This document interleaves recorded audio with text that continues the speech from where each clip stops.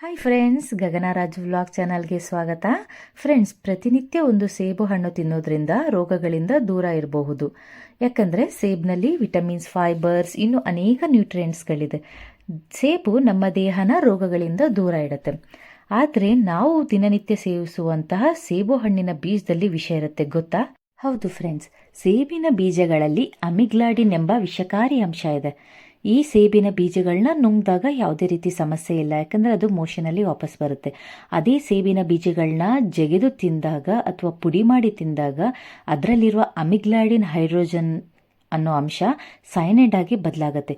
ಇದು ದೇಹಕ್ಕೆ ತುಂಬ ಪ್ರಮಾಣದಲ್ಲಿ ಸೇರಿದ್ರೆ ವ್ಯಕ್ತಿಯ ಸಾವಿಗೂ ಕೂಡ ಕಾರಣವಾಗಬಹುದು. ಸುಮಾರು 200 ಸೇಬು ಹಣ್ಣಿನ ಬೀಜಗಳನ್ನ ಸೇವನೆ ಮಾಡೋದ್ರಿಂದ ದೇಹದಲ್ಲಿ ಸೈನೈಡ್ ಪ್ರಮಾಣ ಹೆಚ್ಚಾಗುತ್ತೆ. ಇದರಿಂದ ಹೃದಯ ಮತ್ತು ಮೆದುಳು ಕೆಲಸ ಮಾಡೋದನ್ನು ನಿಲ್ಲಿಸುತ್ತೆ. ಆಗ ಆ ವ್ಯಕ್ತಿ ಕೋಮಾಗೆ ಹೋಗಬಹುದು ಅಥವಾ ಸಾವು ಕೂಡ ಬರಬಹುದು. ದೇಹದಲ್ಲಿ ಆಮ್ಲಜನಕ ಪೂರೈಕೆ ಕೂಡ ಅಡ್ಡಿಯಾಗುತ್ತೆ.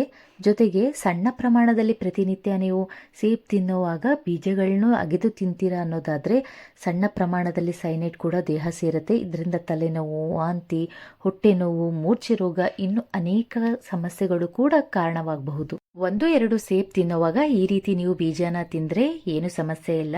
ಆದರೆ ಪ್ರತಿದಿನ ಅದನ್ನೇ ನೀವು ಮಾಡಿದ್ರೆ ದೇಹಕ್ಕೆ ತುಂಬಾ ಹಾನಿ ಉಂಟಾಗುತ್ತೆ. ನೀವು ಮಕ್ಕಳಿಗೆ ಹಣ್ಣುಗಳನ್ನೆಲ್ಲ ಕೊಡುವಾಗ ಬೀಜಗಳನ್ನ ತೆಗೆದು, ಹಾಗೆ ಜ್ಯೂಸ್ ಮಾಡುವಾಗ ಕೂಡ ಬೀಜಗಳನ್ನೆಲ್ಲ ತೆಗೆದು ಅದನ್ನು ಸೇವನೆ ಮಾಡೋದು ಆರೋಗ್ಯಕ್ಕೆ ತುಂಬಾ ಒಳ್ಳೆಯದು. ನಿಮಗೆ ಈ ಇನ್ಫಾರ್ಮೇಷನ್ ಇಷ್ಟ ಆಗಿದ್ರೆ ದಯವಿಟ್ಟು ನನ್ನ ಚಾನಲ್ನ ಸಬ್ಸ್ಕ್ರೈಬ್ ಮಾಡಿ, ಲೈಕ್ ಮಾಡಿ, ಹಾಗೆ ಶೇರ್ ಮಾಡಿ. Thank you.